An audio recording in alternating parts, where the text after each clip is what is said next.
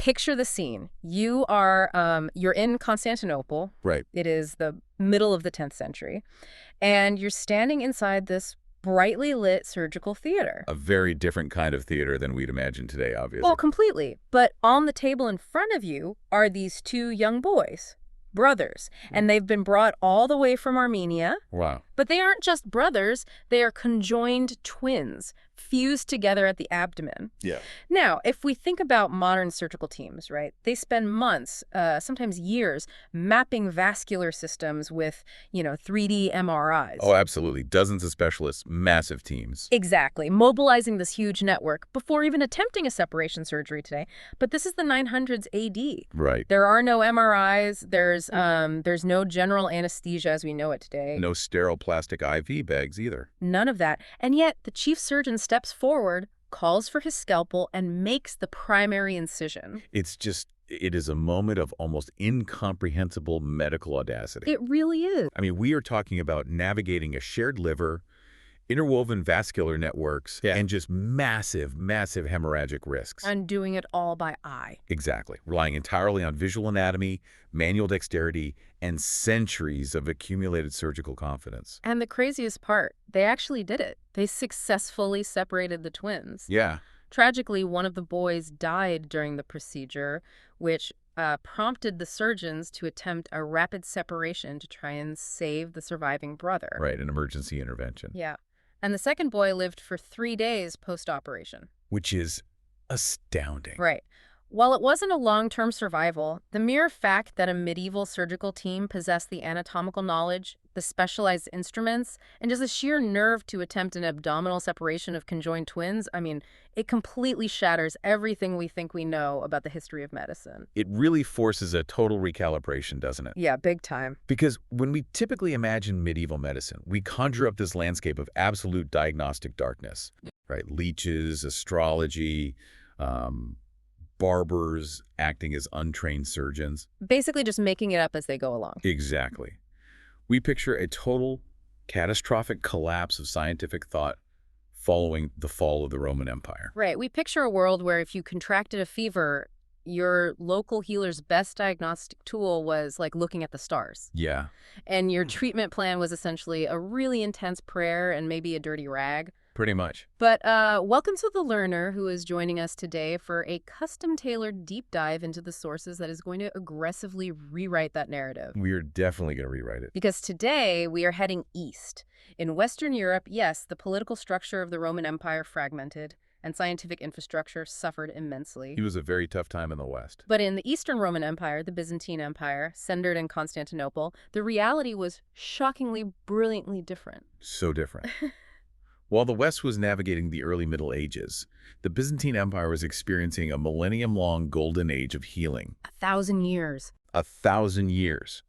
They didn't just preserve ancient Greek medical knowledge, they weaponized it against disease. And in the process, they quite literally invented the institutional framework of modern healthcare. And I have today's stack of sources spread out in front of me, and it is just a treasure trove. It's massive. We are looking at a huge collection of academic papers, historical monographs, translated excerpts from encyclopedias that were the size of modern medical databases. Oh, they were encyclopedic in the truest sense. And the crown jewel of this collection, which I'm so excited about, is the surviving Typicon.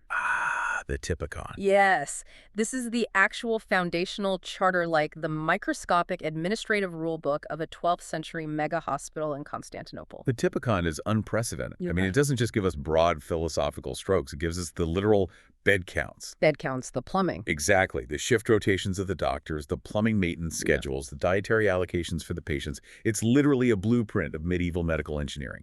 And that is our mission today. We are going to uncover the hidden architecture of Byzantine medicine. We're going to dig deep. We're going to explore how they essentially invented the hospital system by slamming together rigorous ancient Greek science with this radical new concept of early Christian philanthropy. Which is a fascinating fusion. Yeah, we'll meet the brilliant and sometimes highly contradictory doctors who kept medical science moving forward for 1,000 years. So, okay, let's unpack this. Where do we start? Well, before we can walk the halls of these massive hospitals, we have to deal with the elephant in the room, The Dark Ages. the Dark Ages. Because the common assumption, and I will admit the one I held before diving into these sources, is that science basically hit a brick wall in the 5th century. Right, that's the standard narrative. Weren't the Byzantines essentially just cloistered monks, sitting in dimly lit scriptoriums, passively copying texts by Hippocrates and Galen without actually testing or adding anything to the scientific record? What's fascinating here is how effectively the primary sources dismantle that exact prejudice. Really? So it's just wrong? Completely. Hmm. The concept of the Dark Ages is a heavily Western-centric historiographical invention. Okay. The Byzantine state never fell into a Dark Age.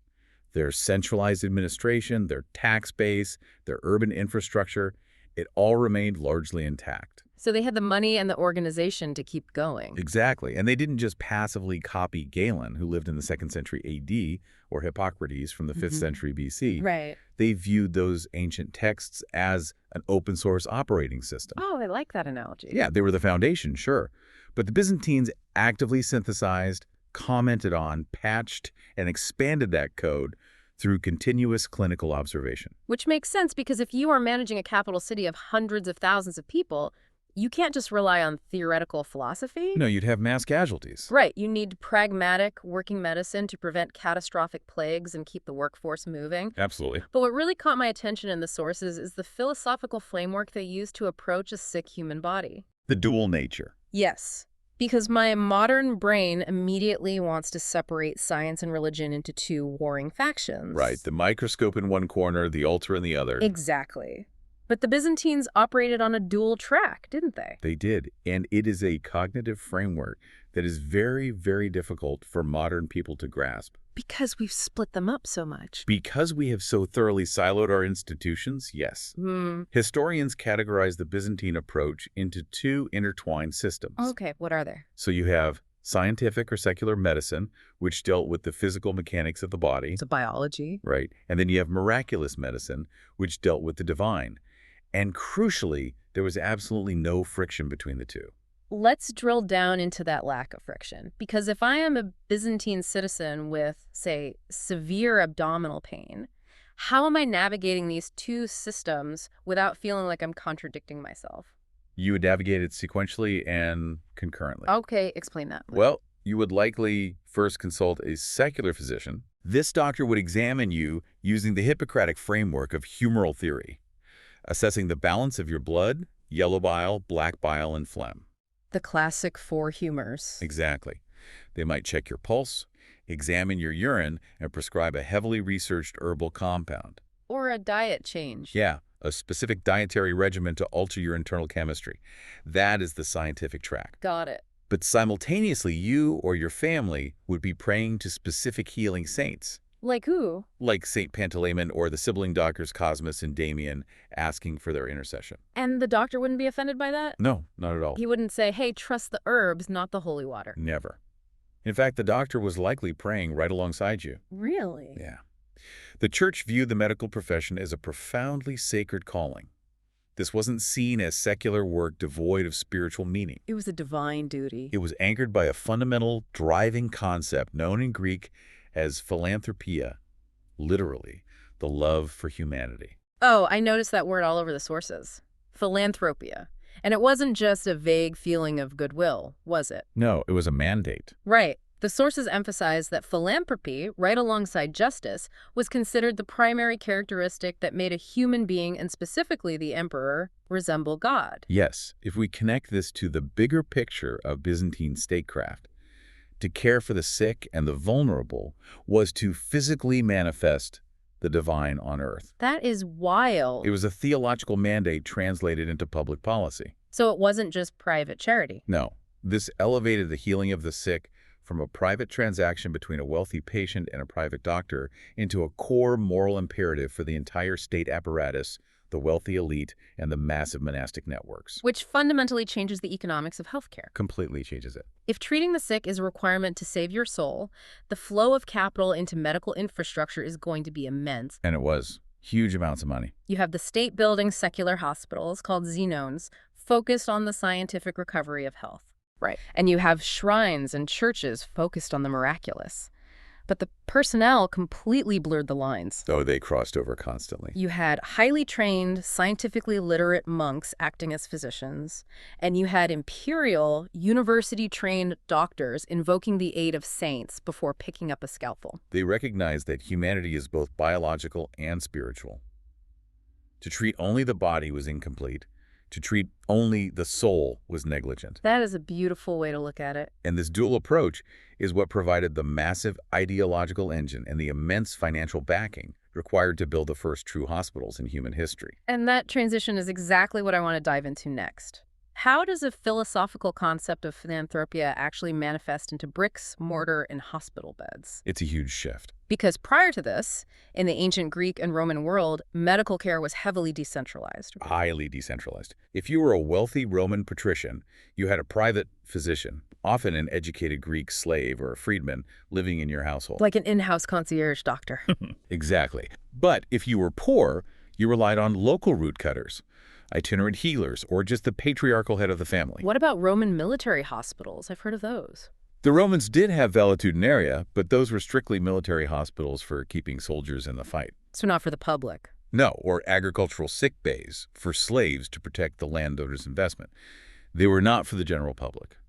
The concept of a free citizen walking into a massive, dedicated, publicly funded medical facility simply did not exist. Until the 4th century. Yes. When a single, incredibly highly educated bishop decides to completely upend the medical landscape. St. Basil the Great. St. Basil.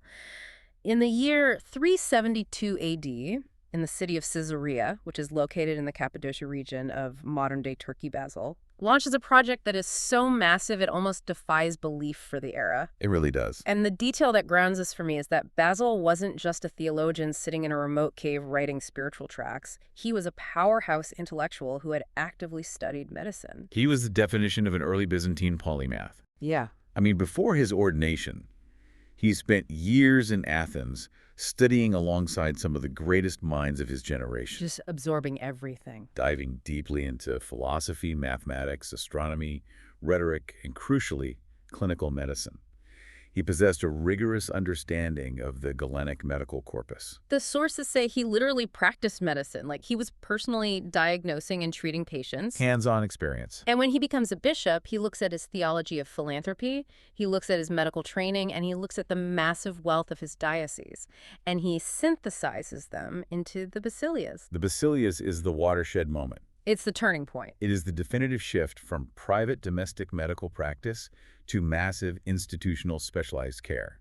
His contemporary, Gregory of Nazianzus, famously delivered an oration where he described the Basilias not just as a building, but as a new city. Okay, let's break down the zoning of this new city because the logistics are staggering. It wasn't just a room with some cots. Far from it. It was a sprawling campus. It featured a poorhouse for the destitute. It had an orphanage. Right. It featured a dedicated guest house for travelers, which makes total sense when you realize that travel in antiquity was physically exhausting and highly dangerous. Travelers were prime vectors for disease. Oh, absolutely. They brought plagues with them. Exactly. It had a dedicated hospital for the acutely sick.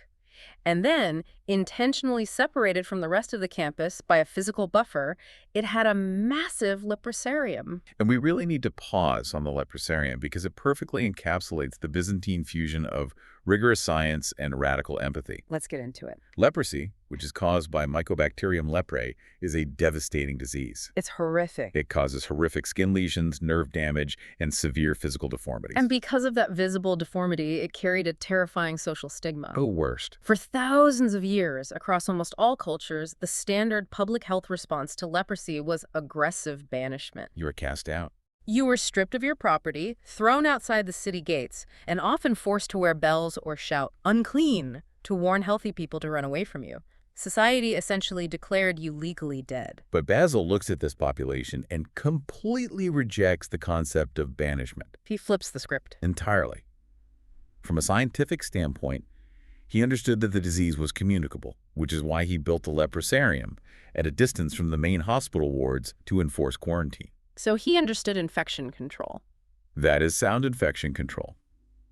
But from a philanthropic standpoint, he recognized their inherent human dignity. Right. So instead of throwing them into the wilderness, he built a specialized, fully staffed medical infrastructure, specifically to house, feed, and palliate them. He didn't just lock them in a colony, he staffed it. Exactly. He employed professional doctors, nurses, and attendants to wash their wounds, provide them with dietary care, and offer them spiritual comfort. He transformed a population of outcasts into patients. The logistics of just getting people to the basilicas blew my mind. The sources note that they had dedicated transport systems. They did. Basil organized a network of guides and specific pack animals. Like an ambulance. Essentially functioning as an early medieval ambulance service, yes. Yeah. To safely transport the sick, the paralyzed, and the elderly from the surrounding rural areas into the centralized facility. That's incredible. It was a proactive public health outreach program. And the basilicas wasn't just a one-off anomaly, it became the viral blueprint for the entire empire. It spread everywhere. Following the First Council of Nicaea in 325 AD, which explicitly instructed bishops to provide for the poor and sick, you see an explosion of this infrastructure. Within a century, the Byzantine landscape is transformed. You see Zenones, these hospitals, popping up in every major city from Alexandria to Antioch to Constantinople. And who's paying for all this? They are funded by wealthy patricians looking to secure their legacy, by the imperial family acting out their divine mandate, and overwhelmingly by the monasteries. Which were huge economic engines. Huge. They became massive socioeconomic hubs, providing free medical care to their surrounding communities. Okay, so we have established this incredible empire-wide network of architectural infrastructure. We have the buildings, the beds, the funding. Hardware is there. The hardware is there. But a hospital is just an empty shell without brilliant clinical minds to staff it. Sure. If we are replacing the lone wandering healer with a massive standardized hospital system, we need standardized medical knowledge. We need the software. Right. Who were the medical titans writing the textbooks that guided these institutions? This brings us to a lineage of physicians who are largely forgotten in the West, but who were absolute giants in their time, the preservers and the pioneers. Okay, who's first? It begins in the 4th century with a man named Oribasius. Oribasius. He was the personal physician to Emperor Julian. Yes. Now, the sources highlight his monumental life's work. A 70-book encyclopedia called the Iatricae Synagogae, or the Medical Collection. A massive undertaking. But here's where I want to test this idea of Byzantine innovation. If Oribasius is spending his life reading Galen and Hippocrates and compiling their thoughts into 70 books, isn't he just acting as an editor? I see what you're saying. Like, why do medical historians revere a guy who essentially just wrote a really long summary? To understand the genius of Oribasius, we have to understand the massive problem of information overload in late antiquity. Okay. Galen, the preeminent medical authority of the Roman world, was arguably the most prolific writer of antiquity. He wrote millions of words across hundreds of treatises. Millions. Millions. His writings were sprawling, dense, sometimes contradictory, and completely unindexed. Oh, wow. If you were a Byzantine doctor in a busy Xenon trying to figure out how to treat a compound fracture, you do not have time to read 3 million words of Galenic philosophy. You need a search engine. Precisely. Oribasius realized that ancient medical knowledge was at risk of becoming useless due to its sheer chaotic volume. Too much data. So he undertook an act of immense intellectual labor. He didn't just copy. He ruthlessly filtered, evaluated, and structured. So he was a curator. He discarded the obsolete theories, resolved the contradictions, and organized the best, most clinically effective procedures into a highly structured, accessible format. That is huge. He essentially created the master database of medical knowledge. Without his distillation, a vast amount of actionable Greek medicine might have collapsed under its own weight and been lost forever. And what I found so compelling about Oribasius is that he wasn't just writing for the academic elite in the capital. He had a broader vision. He actually recognized the disparity in healthcare access between the urban centers and the rural provinces. So he wrote a spin-off book, essentially, called the Eucharista. The Eucharista, which loosely translates to easily procured remedies. It was a medical survival guide. It was. He explicitly designed it for travelers, for merchants, and for people living out in the provinces who were days away from a professional hospital. Because they couldn't just walk into a Xenon. Right. He filled it with practical instructions on how to treat common ailments using herbs and materials that you could find in a local market or grow in your backyard. Very pragmatic. And he explicitly stated in the preface that he wrote it to protect lay people from falling victim to charlatans and snake oil salesmen. Which is amazing. He was aggressively fighting medical misinformation in the 300s AD. It demonstrates a profound systemic understanding of public health. And scientifically, his larger encyclopedias document incredibly advanced procedures. What kind of procedure? Well, he provides detailed instructions on how to surgically treat arterial aneurysms by ligating the blood vessels. Wow. He details the management of severe phlebitis, the surgical drainage of deep liver abscesses, and complex interventions for epilepsy. That's intense. His clinical rigor was so highly respected that centuries later, his works were translated into Latin and Arabic and remained standard reference texts well into the Renaissance. That is a massive legacy. Now, if Oribasius represents the rigorous structuring of science, I want to move forward to the 6th century to look at a doctor who perfectly embodies the Byzantine psychological framework. Ah, yes. A man named Aetius of Amida. Aetius is one of the most fascinating figures in medical history. He served as the Comes Archiator, the chief physician to Emperor Justinian, who was arguably the most powerful emperor of the Byzantine era. So he was at the absolute top of his field. The very pinnacle. And Aetius holds the distinction of being the first prominent, highly influential Greek doctor to openly and actively integrate his Christian faith into his medical writings. And he was prolific. He writes this massive medical encyclopedia called the Tetrabiblos, which is divided into 16 books. Right. Book 7 is dedicated entirely to ophthalmology, the medicine of the eye.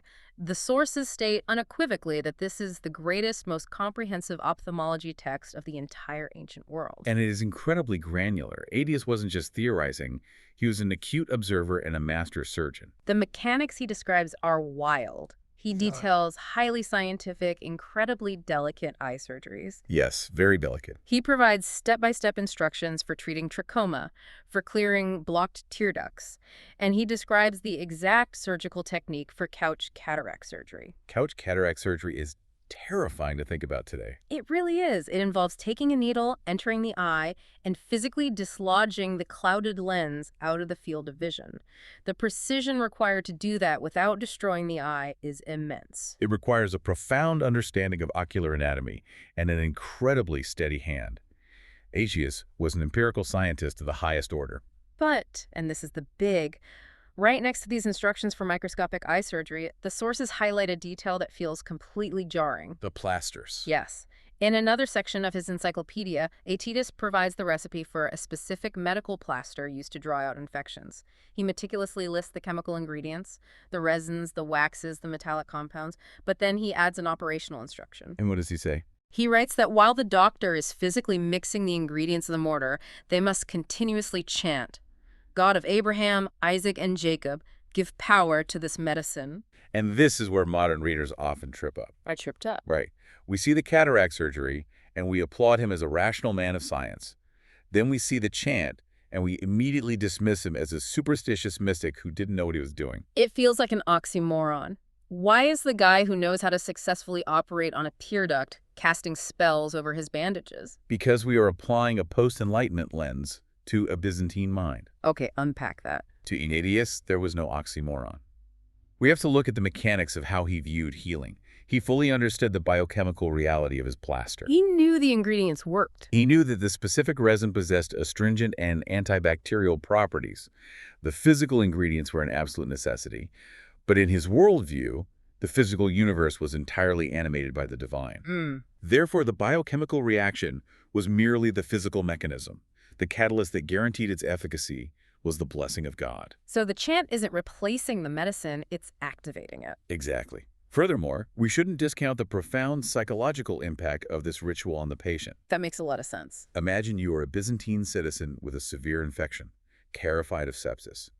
You watch the emperor's chief physician meticulously prepare a scientifically backed chemical compound while rhythmically invoking the names of the ancient patriarchs to bind the healing power of God into the plaster. I'd feel pretty good about my chances. Exactly. The placebo effect, the reduction of cortisol, the absolute surge of psychological confidence that would give a patient is an incredibly potent therapeutic tool. Aetius was treating the mind, the spirit, and the flesh simultaneously. That context is brilliant, and it is a crucial paradigm for you listening to keep in mind. The Byzantines didn't see faith as a shortcut to bypass the hard work of science. They saw it as the ultimate framework that gave science its power. Beautifully said. Okay, let's keep moving through the timeline, because as the centuries progress, these doctors begin pushing way beyond the boundaries of ancient knowledge. They do, and they begin to specialize in ways that feel remarkably modern. Like Alexander of Trells. Yes, take Alexander of Tralles, also operating in the 6th century. He was uniquely forward-thinking in his approach to environmental and preventative medicine. I read his section, and his methodology was fascinating. He didn't just look at the symptoms, he interrogated the patient's environment. He looked at the whole picture. He systematically tracked how environmental factors, specifically occupational exposure to severe dust and industrial smoke, were the direct mechanical causes of chronic conjunctivitis and respiratory issues. He was doing epidemiological root cause analysis. And based on that analysis, Alexander became a massive and vocal critic of a practice known as polypharmacy. Which is the practice of prescribing massive complex concoctions of 20 or 30 different drugs at once, hoping one of them works. Exactly. Many ancient doctors used these shotgun approach antidotes. Like the famous theriac. Right, the Hiriac, which contained dozens of ingredients, including opium and, famously, viper flesh. Viper flesh. Yeah. Alexander argued that throwing a chaotic mix of heavy pharmacology at a patient often did more harm than good, severely taxing the liver and the digestive system. So he dialed it back. He advocated for a highly minimalist approach to medication, focusing instead on aggressively altering the patient's diet, changing their environmental exposure, and allowing the body's natural humoral balance to restore itself. He essentially invented lifestyle medicine. He pretty much did. But if Alexander was the master of gentle prevention, the 7th century gives us a man who was the absolute master of extreme intervention. Paul of Aegina. Paul of Aegina is universally recognized as the greatest surgeon of the Byzantine era and arguably of the entire Middle Ages. He was a legend. He compiled a massive work called the Epitome of Medicine, but it is Book 6 of this epitome, dedicated entirely to surgery, that cemented his legacy. The procedures detailed in Book 6 are terrifyingly complex. The sheer mechanical audacity of what he was doing in the 600s AD is staggering. Let's start with lithotripsy. Bladder stones were a massive, agonizing public health crisis in antiquity. I can't even imagine the pain. It was awful, largely due to dietary factors, chronic dehydration, and untreated urinary tract infections. When a stone grew too large to pass, it caused excruciating pain, urinary retention, and eventually death from uremia or ruptured bladder. And without modern ultrasound to locate the stone or general anesthesia to put the patient under, how is Paul of Aegina getting a rock out of a human bladder? The mechanics of perineal lithotripsy are intense. Walk us through it. The patient would be restrained in a lithotomy position. The surgeon would insert 2 fingers into the rectum to physically palpate the bladder from behind, locating the hard mass of the stone. Okay. Once located, the surgeon would press the stone down against the perineum, the area between the scrotum and the anus. So using his fingers to push the stone against the skin from the inside? Yes. Then, making a highly precise transverse incision through the perineum and directly into the neck of the bladder, he would either extract the stone whole, using specialized forceps, or, if it was too large, he would use a lithoclast. A lithoclast? A specialized crushing instrument. He would use it to break the stone into smaller fragments inside the bladder before scooping them out. Oh my gosh. The anatomical precision required to make that incision without severing the sphincter muscle and causing permanent incontinence, or nicking a major artery and causing fatal hemorrhage, is unfathomable. It was incredibly dangerous. And he was doing this on fully conscious patients. It required nerves of steel, incredibly fast hands, and a mastery of pelvic anatomy. And Paul didn't stop there. What else did he do? He detailed complex repairs for inguinal hernias, utilizing techniques to ligate the hernial sac. He performed routine tonsillectomies using specialized scalpels and hooks. But the section that really highlighted his rigorous scientific independence from ancient dogma was his approach to oncology, specifically breast cancer. This is a vital point. In antiquity, the prevailing wisdom, heavily influenced by some earlier Greek texts, was that surgical excision of breast tumors was incredibly dangerous due to bleeding. Right. And the preferred method was merely to apply hot iron's cautery to the tumor to burn it away. Which, mechanically speaking, doesn't remove the deep tissue margins and guarantees recurrence. Exactly. Paul of Aegina looked at the clinical outcomes of cautery, rejected the ancient dogma, and strongly advocated for radical mastectomies. In the 7th century? In the 7th century, he described the precise surgical technique for the complete excision of the affected breast tissue, detailing how to swiftly ligate the massive blood vessels of the chest wall to prevent the patient from bleeding to death on the table. And what about the cautery? He only used cautery secondarily to manage the residual capillary bleeding. He prioritized the total removal of the pathology over the fear of the hemorrhage. How are they gaining this level of anatomical knowledge? Was it purely through treating traumatic wounds? Traumatic wounds, particularly from the military, provided a massive amount of anatomical data.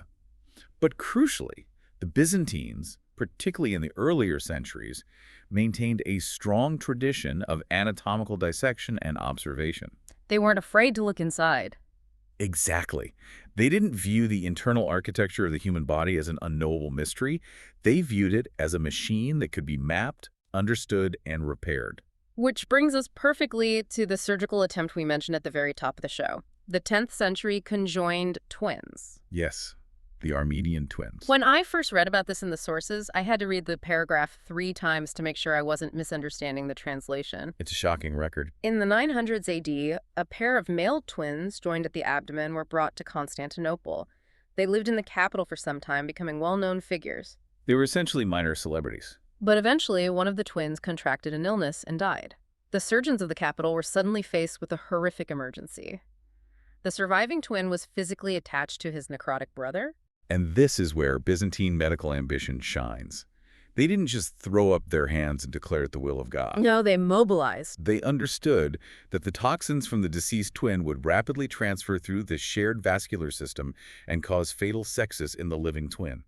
So they attempted an emergency surgical separation. They made the incisions. They attempted to sever the shared tissue and ligate the intersecting blood vessels. The surviving twin lived for 3 days after the separation. 3 whole days. Now, a skeptic might say, well, the patient died, so it was a failure. But medically speaking, the fact that he survived the massive hemorrhagic shock of the surgery itself and lived for 72 hours is astonishing. It is a testament to their mastery of hemostasis, the stopping of bleeding. Yeah. To even conceptualize that operation implies a deep working knowledge of vascular networks, shared organ systems, and the management of extreme surgical trauma. Absolutely. It proves definitively that Byzantine medicine was not a stagnant pool of copied ancient texts. It was a dynamic, courageous, continuously evolving science. Okay, so we have traced the philosophy, we have explored the massive hospitals built by bishops, and we have met the pioneering surgeons writing the textbooks. The foundation is set. Now, I want to see what happens when you combine all of these elements at the absolute peak of imperial power. We are moving into the 12th century, and we are going to walk through the doors in a hospital so advanced, so meticulously engineered, that historians frequently compare its organizational chart to a 20th century university teaching hospital. We are talking about the Xenon of the Pantocrator. The Pantocrator. The hospital of the Imperial Monastery of Christ Pantocrator in Constantinople. Founded in 1136 by Emperor John II Komnenos and his wife, Empress Irene.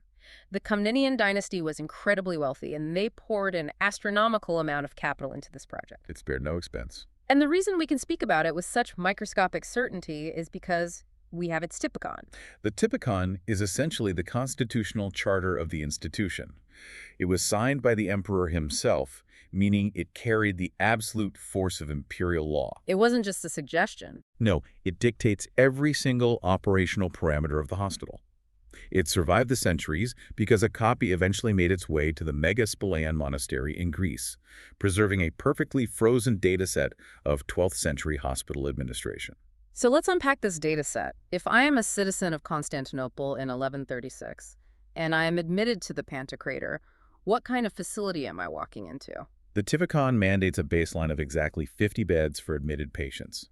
But the crucial innovation is that these are not 50 beds shoved indiscriminately into one massive, chaotic hall where a patient with a broken leg is coughing next to a patient with tuberculosis. Right, which was the standard setup in later Western European medieval hospices. Exactly. The Pantocrator was strictly architecturally divided into 5 highly specialized wards, known as ordinoi. The spatial engineering was designed around disease categorization. Break down the numbers for these wards. 10 beds were sequestered in a ward strictly dedicated to acute surgery and traumatic wounds. It's a trauma center. Right. This allowed surgeons to keep all their specialized instruments, cautery irons, and ligatures in one sterile zone.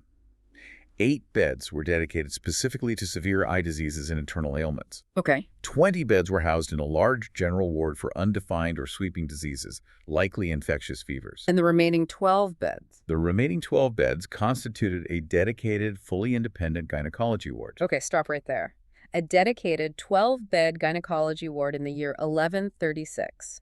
Because in my mind, the medical field in the Middle Ages was overwhelmingly exclusively male. It was patriarchal. It generally was. So who is treating these 12 female patients? Is it a team of male doctors conducting these highly sensitive examinations? This is one of the most stunning, paradigm-shifting revelations within the Typicon. The gynecology ward was overseen by male physicians, yes, but it was actively staffed and clinically managed by female physicians. Wow. The Greek text explicitly calls them iatreni. Iatreni. Female doctors, not midwives, not wet nurses, doctors. Professional, formally trained, state-salaried female physicians. That is incredible. They worked alongside a dedicated staff of female nurses called hypergoi.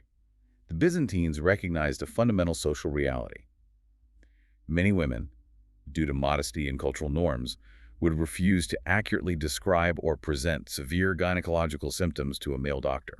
Which would lead to misdiagnosis and death. Exactly. To solve this clinical bottleneck, the state officially professionalized women in the medical field. These iatreni possessed surgical knowledge, administered pharmacological compounds, and were fully integrated into the imperial hospital hierarchy. That is a level of institutionalized female medical professionalism that Western Europe wouldn't truly normalize until the late 19th century. It's centuries ahead of its time. The pragmatism of the Byzantines overriding the patriarchy to ensure better clinical outcomes. Now, the 50 main beds weren't the only ones, right? The Typicon gets into some incredible ergonomic engineering. Yes. Beyond the 50 primary beds, the charter mandates that each ward maintain an extra, fully equipped emergency bed for sudden overflow. Like a modern ER holding bed. Exactly. Furthermore, it explicitly requires the construction and maintenance of 6 highly specific beds, designed, as the text says, with holes in the mattresses. When I read that, I immediately thought of a modern hospital commode chair. That is exactly what they were functioning as. They were early medical commode beds, specifically engineered for patients who were completely immobilized, those suffering from severe spinal trauma, massive strokes, or extreme muscular atrophy. Patients who physically could not be moved to the latrines. Which solves a massive logistical and hygienic problem. It really does. Mechanically trying to move a patient with a shattered pelvis to a bathroom is agonizing and dangerous. And leaving them to soil themselves leads instantly to infected bed sores and sepsis. By engineering a bed with a removable basin system beneath a pierced mattress, the Pantocrator staff could maintain the dignity of the paralyzed patient while aggressively preventing the sanitary breakdown of the ward. It is a stunning example of granular, patient-centric design. So we have the wards, the commodes, the female physicians. The physical blueprint is brilliant. But let's talk about the engine that runs this machine. The administration. Because a hospital is only as good as its management. How is this massive complex actually operating day to day? The administrative hierarchy was ruthlessly efficient. At the top of the medical pyramid were 2 prima curiae, which we would translate today as chief medical officers. And what did they do? Their primary job was not basic patient care. Their job was absolute clinical oversight and quality control. The sources say they did daily rounds across all 5 wards. And they weren't just checking the charts. The Typicon explicitly commands them to interview the patients. Yes. They were required to stand by the bed and ask the patient if they were satisfied with the care they were receiving from the attending physicians and the nursing staff. So they were conducting 12th century patient satisfaction surveys. They absolutely were. If a patient complained of neglect, the prima curiae were legally empowered by the emperor's charter to issue severe reprimands, dock the pay of the offending doctor, or terminate their employment. The level of accountability is staggering. And they were also obsessed with the dietetics, right? Heavily. Because of the humoral theory of medicine we discussed earlier, food wasn't just sustenance, it was pharmacology. Right. The prima curiae were required to strictly inspect the hospital kitchens daily.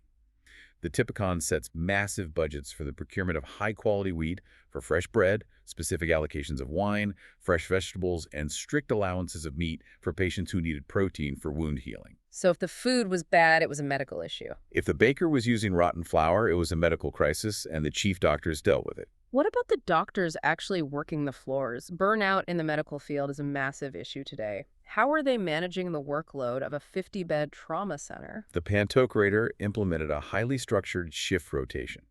The medical staff for each ward was divided into two distinct teams.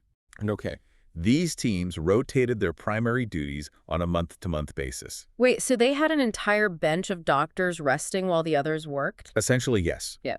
This was a deliberate, mathematically calculated system to prevent physician fatigue. When a doctor is exhausted, they make lethal diagnostic errors. Right. By rotating the staff, the Pantocrator ensured that the doctors on the floor were physically energized and mentally sharp. Furthermore, the Typicon mandated a rigorous daily schedule. What'd that look like? The attending physicians were required to conduct comprehensive clinical rounds in the morning, and then, crucially, they were required to conduct a second, mandatory set of rounds in the evening. So they are doing modern ICU shift handovers. They are constantly monitoring the changing vital signs of the patient. Exactly. Guaranteed 247 continuous medical surveillance. Now, I want to pivot to the invisible killer of hospitals, infection. A huge topic. We have this pop culture image of medieval hospitals as these filthy, damp cellars where you basically went to catch a worse disease than the one you came in with. But the Pantocrator's protocols read like a modern CDC guideline. The infection control protocols were rigorous. The Typicon dictates that every single bed must be equipped with specific layers of linens, blankets, and pillows. And they had rules for replacing them. It legally mandates that all the blankets and sheets be completely replaced with new inventory annually. The stuffing inside the pillows, which absorbed sweat, blood, and bacteria, had to be entirely emptied out, burned, and replaced with fresh material. And when a patient is admitted from the streets of Constantinople, they aren't bringing their lice-ridden, mud-soaked tunic into the sterile ward, are they? Absolutely not. Upon admission, the patient's personal street clothes were confiscated, washed, and stored in a designated room. Ow. The patient was then issued clean, hospital-provided garments, specifically a white shirt and fresh undergarments. Wait, if they are issuing clean hospital garments to every admitted patient and they have 50 beds turning over constantly, that means they have to be running an industrial-scale textile operation just to keep the ward stocked. The logistics of washing that much linen by hand? The infrastructure required was massive. The Pantocrator featured dedicated on-site laundry facilities. They had massive cauldrons for boiling water and alkaline ash to sterilize the bloody surgical rags and the soiled bedsheets. It's a full-scale operation. They had specialized bath houses, where mobile patients were required to bathe twice a week to maintain dermal hygiene. They had segregated flushing latrines for men and women. And they had an army of specialized technical staff to keep it all running. The Typicon lists millers to grind the wheat, plumbers whose sole job was to keep the sewage canals flowing away from the hospital, and my favorite specific job title, the achenistus. The achenistus, the professional tool sharpener. His entire job, his only responsibility, was to sit in a workshop and meticulously sharpen, polish, and maintain the hundreds of surgical scalpels, bone saws, and forceps used by the surgeons, ensuring they were mechanically perfect for every operation. It is a machine. It is a massive, interlocking machine focused entirely on biological repair. But here is where the Pantocrator transcends even its own walls. Yeah. Everything we've talked about so far concerns the 50 beds, the admitted patients. Right. But the administration recognized a broader public health reality. Not everyone who is sick needs to occupy a highly expensive hospital bed. Right. Sometimes you just have a nasty upper respiratory infection, or you slice your hand open in a workshop, or you need a specific herbal compound for a chronic rash. You don't need a bed, but you still need a doctor. To solve this, the Pantocrator featured the Exoterica Iatrea. The outpatient clinics. Yes. The Typicon allocates a completely separate medical staff, 4 dedicated doctors, specifically 2 surgeons and 2 internists, along with a team of junior assistants and pharmacists. And what was their job? Their entire job was to staff a clinic outside the main wards. Their mandate was entirely focused on ambulatory care. So you could just walk in. Citizens of Constantinople could walk into this clinic, receive a rapid diagnostic consultation from a highly trained specialist, have a wound sutured, or be handed a prescription to take to the hospital's massive on-site pharmacy to receive their compounded medication, and then go home. It is the exact mechanical equivalent of a modern urgent care center or a hospital walk-in clinic. It's triage on a municipal scale. Exactly. They were treating thousands of citizens a year without ever tying up the critical care beds inside the ordinary. And this raises a vital point of comparison. It forces us to draw a stark, undeniable contrast with what was happening in Western Europe at the exact same time. The contrast is huge. In the medieval West, hospitals, often called hotels dieu, were primarily functioning as hospices. Places to die. They were largely run by well-meaning monks, where the destitute, the starving, and the dying went to receive a warm fire, a piece of bread, and spiritual comfort while they passed away. The focus was heavily on preparing the soul for the afterlife. The medical intervention was minimal. But the Pantocrator was entirely different. The Pantocrator was an aggressive engine designed for curing. Yes, it was attached to a monastery. Yes, the monks prayed for the patient's souls. But the Xenon itself was a dynamic, highly medicalized environment focused on therapeutic, physical intervention. It was a true hospital. It was a teaching hospital where the Premier Curio actively instructed the junior doctors. It was a center of scientific research operating seamlessly within an institution of deep faith. Okay, let's take a deep breath and look at the massive journey we have just taken. We started by completely shattering the myth of a medically stagnant Dark Age. We certainly did. We saw how the philosophical collision of ancient Greek anatomical science and Christian philanthropia provided the massive economic and moral engine to build the first true hospitals. We met St. Basil inventing the institutional leprosarium. We met Orbatius writing the ancient medical wiki to save knowledge from information overload. Yep. We watched Aedicius blend deep psychology with delicate cataract surgery, and we stood over the shoulder of Paul of Aegina as he pioneered radical mastectomies and crushed bladder stones. And we followed that unbroken, evolving lineage all the way to the 12th century, arriving at the astonishing bureaucratic masterpiece of the Pantocrator, with its female physicians, its urgent care triage clinics, its commode beds, and its relentless systemic hygiene protocols. So what does this all mean for us today? How does this 1,000-year Byzantine story end? And how does that ending directly build the world we live in right now? The tragic turning point is the year 1453. In that year, the walls of Constantinople were finally breached by the Ottoman Empire. The fall of the city. The Byzantine state, after over a millennium, ceased to exist. The hospitals were repurposed or destroyed. The empire fell. But crucially, the knowledge did not die with the walls. Because the medical titans we've been talking about had already ensured its survival. Exactly. For centuries leading up to the fall, Arab and Islamic scholars during the Islamic Golden Age had recognized the immense value of this Byzantine science. And we're translating it. They actively sought out the manuscripts of Paul of Aegina and Orbatius, translating them into Arabic, where they became the foundational texts for giants of Islamic medicine like Al-Zarawi and Avicenna. Right. And then, as Constantinople finally collapsed in 1453, a massive wave of Byzantine scholars, physicians, and intellectuals fled westward into Italy and the rest of Europe as refugees. And they didn't flee empty-handed. They packed their saddlebags with their most precious commodities, their books. They brought the original Greek texts of Hippocrates and Galen, yes, but more importantly, they brought the expanded, heavily annotated, clinically tested, and surgically advanced manuals of the Byzantine era. They brought the architectural blueprints of the Xenones. They handed the West the cheat codes. The sudden explosion of anatomical and surgical knowledge in Europe, what we call the medical renaissance, the era of Vesalius and the great Italian medical schools, didn't just spontaneously generate out of nothing. No, it didn't. It was directly ignited by this massive, desperate influx of 1,000 years of carefully preserved and fiercely expanded Byzantine science. It was a direct transfer of knowledge. Which leaves you listening with a profound final thought to mull over. Yeah. Today, in our hyper-modern world, we so often view healthcare through a very cold, mechanical lens. Very clever. We view it purely as a sterile, biological transaction, swiping a card, getting a pill, fixing the machine. Or, conversely, we view it as a massive, deeply frustrating, faceless administrative bureaucracy. We have entirely divorced the hard science of the body from the deep empathy of the soul. We've siloed the two concepts completely, and we often feel the friction of that separation in how we experience medical care today. But when we look back at the Byzantine model, we see that the very concept of public health wasn't born from an industrial matrix. It was born from a profound intersection. A fusion. It was the result of massive state power and economic funding combined with relentless, evolving scientific inquiry and entirely wrapped in a driving, unapologetic spiritual empathy.